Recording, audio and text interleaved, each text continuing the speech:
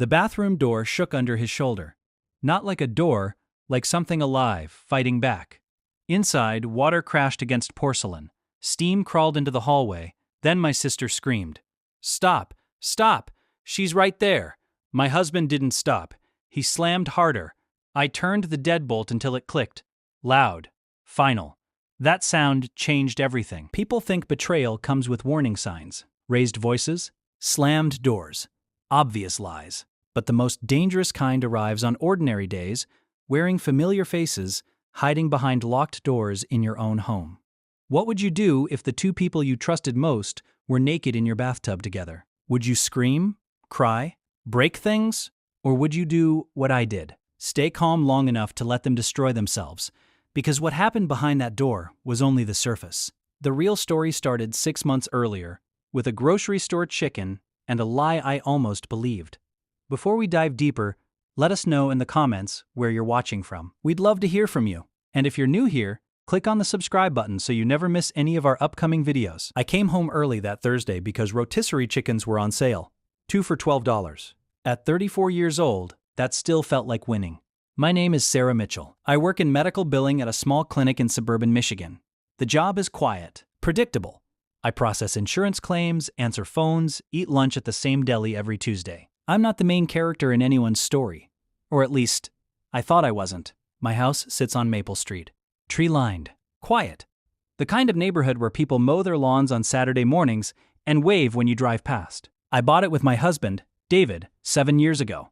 3 bedrooms, 2 baths, a backyard with a swing set we installed when we still believed we'd fill it with kids someday.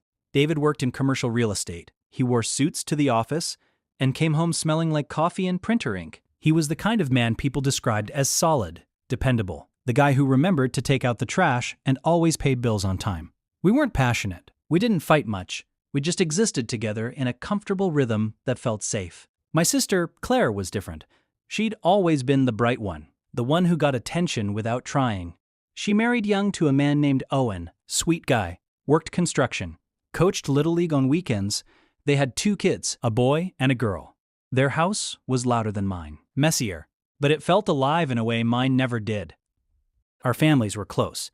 Sunday dinners at Mom's house, holidays together, birthday parties where the kids ran wild and the adults drank too much wine and laughed about nothing important. From the outside, everything looked balanced.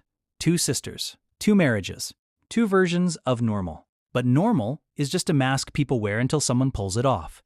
And that Thursday, with 2 rotisserie chickens cooling in my passenger seat, I drove home completely unaware that my normal was about to shatter. I noticed it the second I opened the front door.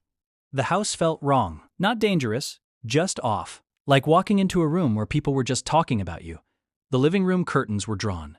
I never closed them during the day. Sunlight was free. Why waste it? The air smelled different too. Perfume. Sweet and floral. Not mine. I wear something lighter. Citrus-based. This was heavier. The kind that lingers. My keys clinked as I set them on the counter. No response. David worked from home on Thursdays. He should have been in his office. I called his name. Nothing.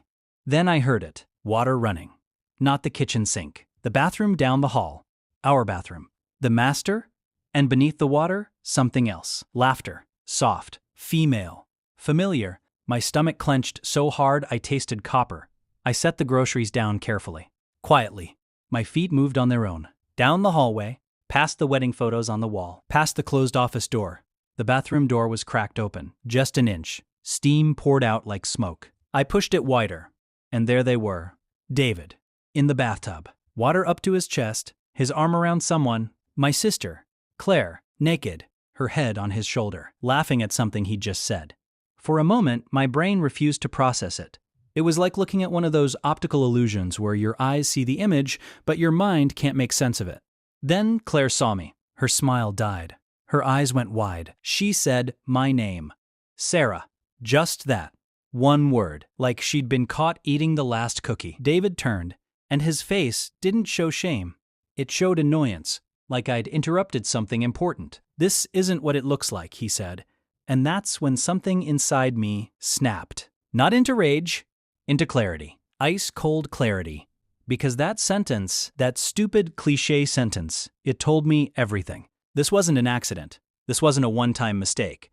This was practiced, Rehearsed. They'd probably talked about what to say if I ever found out. I didn't scream. I didn't cry. I stepped back into the hallway and closed the door. Then I locked it. The deadbolt clicked. Loud. Final. Like sealing a tomb. David hit the door 3 seconds later. Not a knock. A slam. Like he was trying to break through. Sarah? Open this door. His voice had that tone. The one he used when he wanted compliance. The one that used to make me apologize even when I wasn't wrong. I didn't answer. I walked to the kitchen. Picked up my phone. Scrolled to Owen's number. My hands weren't shaking. That surprised me. I thought they would be. Owen answered on the second ring. Hey, Sarah. What's up? His voice was warm, unsuspecting. You need to come to my house right now, I said. My voice sounded strange. Too calm, like I was ordering pizza. Why? What's wrong? Claire's here. With David. In my bathroom.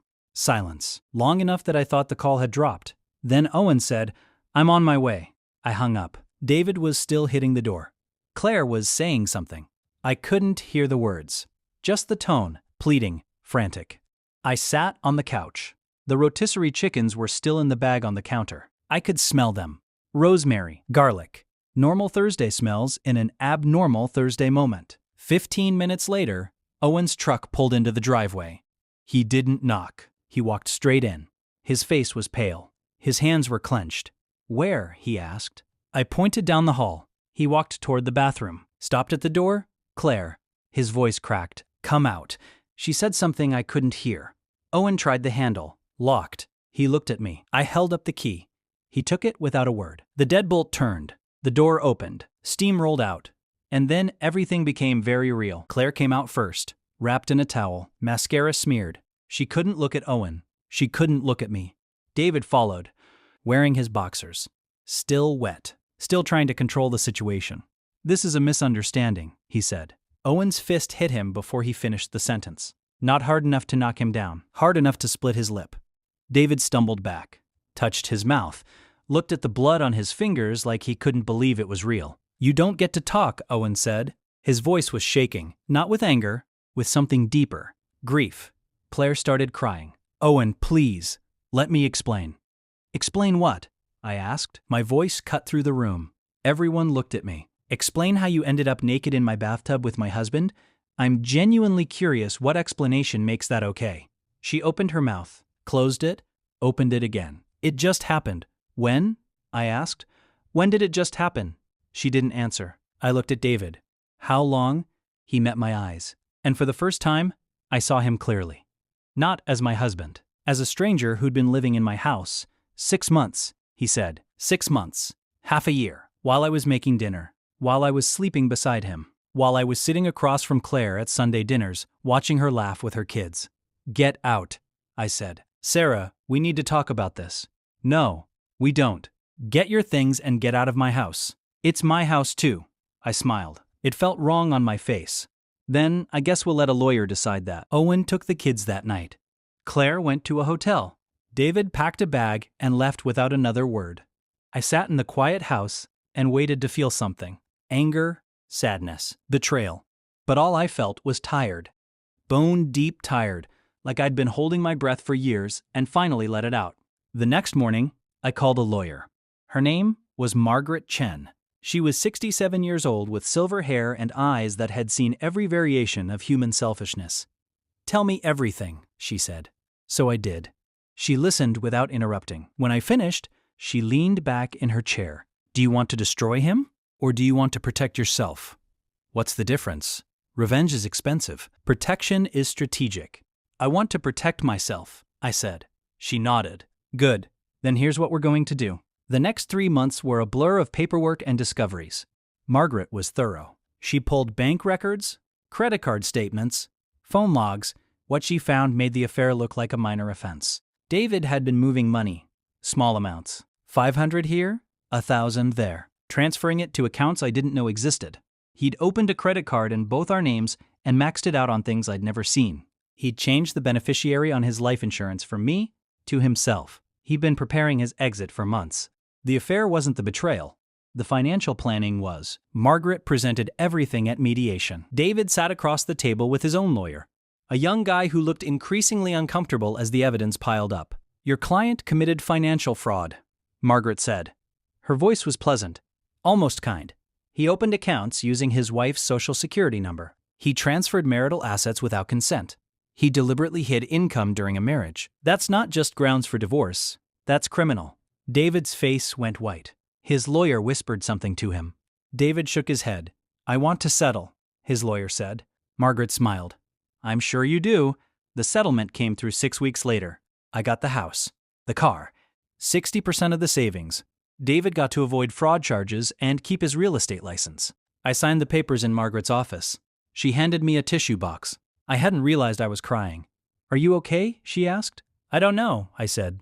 That's honest, she said. Honest is good. I didn't talk to Claire for 4 months. She called. I didn't answer. She texted. I deleted them without reading. She showed up at my house twice. I didn't open the door. Owen filed for divorce 3 weeks after that Thursday. He got primary custody. The kids asked about their Aunt Sarah. He didn't know what to tell them. Then, one Saturday morning, Claire was sitting on my porch when I came home from the grocery store. Same store, same rotisserie chicken sale. Some things don't change. She looked smaller than I remembered, thinner. Her hair was pulled back. No makeup. She stood when she saw me. Please don't leave, she said. I stopped at the bottom of the porch steps. What do you want? I want to apologize. Okay. She blinked. Okay? You can apologize. I'll listen. She sat back down. I stayed standing. She took a breath, started talking. I don't have a good reason, she said. I could tell you I was unhappy. That Owen and I were struggling. That David paid attention to me in a way that felt good. But none of that makes it okay. None of that excuses what I did to you. She looked up at me. Her eyes were red.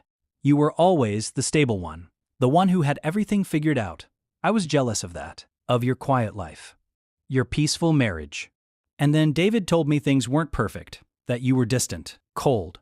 And I let myself believe that meant something. That maybe he deserved better. That maybe I could be better. I was never cold, I said. My voice was steady. I was tired. There's a difference. I know, she said. I know that now. We sat in silence for a long moment. A car drove past. Someone's dog barked 3 houses down. Normal sounds. Normal Saturday. I'm not going to forgive you, I said. Claire nodded. I understand. But I'm not going to hate you either. I'm just done. With you. With David. With pretending we're a family. That's fair, she said. She stood, walked down the steps, stopped at the bottom. For what it's worth, I lost everything too.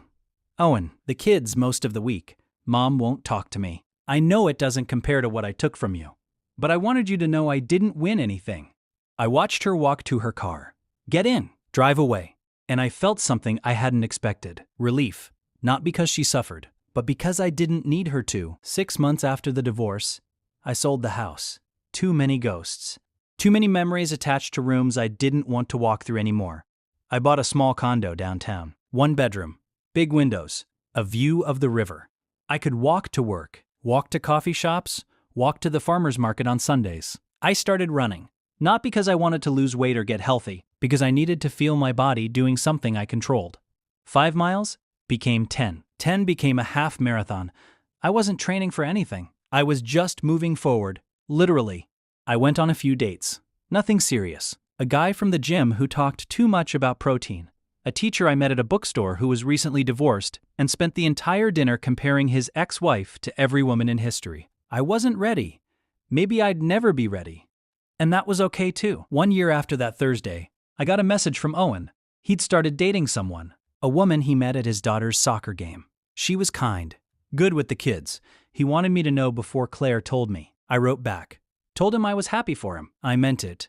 People think healing is linear, that you wake up one day and the pain is gone. But it's not like that. Some days I still felt the anger, still replayed that moment when I opened the bathroom door. Still wondered what I'd missed, what signs I'd ignored. But those days got further apart. And in between them, I found something I hadn't expected. Peace. Not the kind that comes from revenge or justice. The kind that comes from knowing you survived something you thought would destroy you. I haven't spoken to David since the divorce. I heard he moved to Ohio, started over with a new job. I don't know if he's with someone. I don't care. Claire sent me a card last Christmas. I didn't open it. Maybe someday I will. Maybe I won't. That's the thing about betrayal. You don't have to forgive it to move past it. You don't have to make peace with the people who hurt you. You just have to make peace with yourself. So if you're watching this and you've been betrayed by someone you loved, someone you trusted, I want you to know something. It's not your fault. You didn't miss signs. You didn't fail. You just loved someone who wasn't capable of loving you back the same way. And that's on them, not you. The locked door was the best decision I ever made. Not because it trapped them, but because it gave me time to think.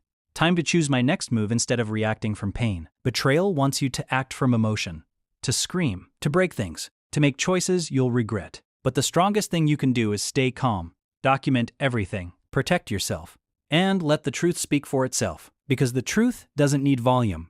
It just needs light. So let me ask you something. What would you have done? Would you have unlocked that door?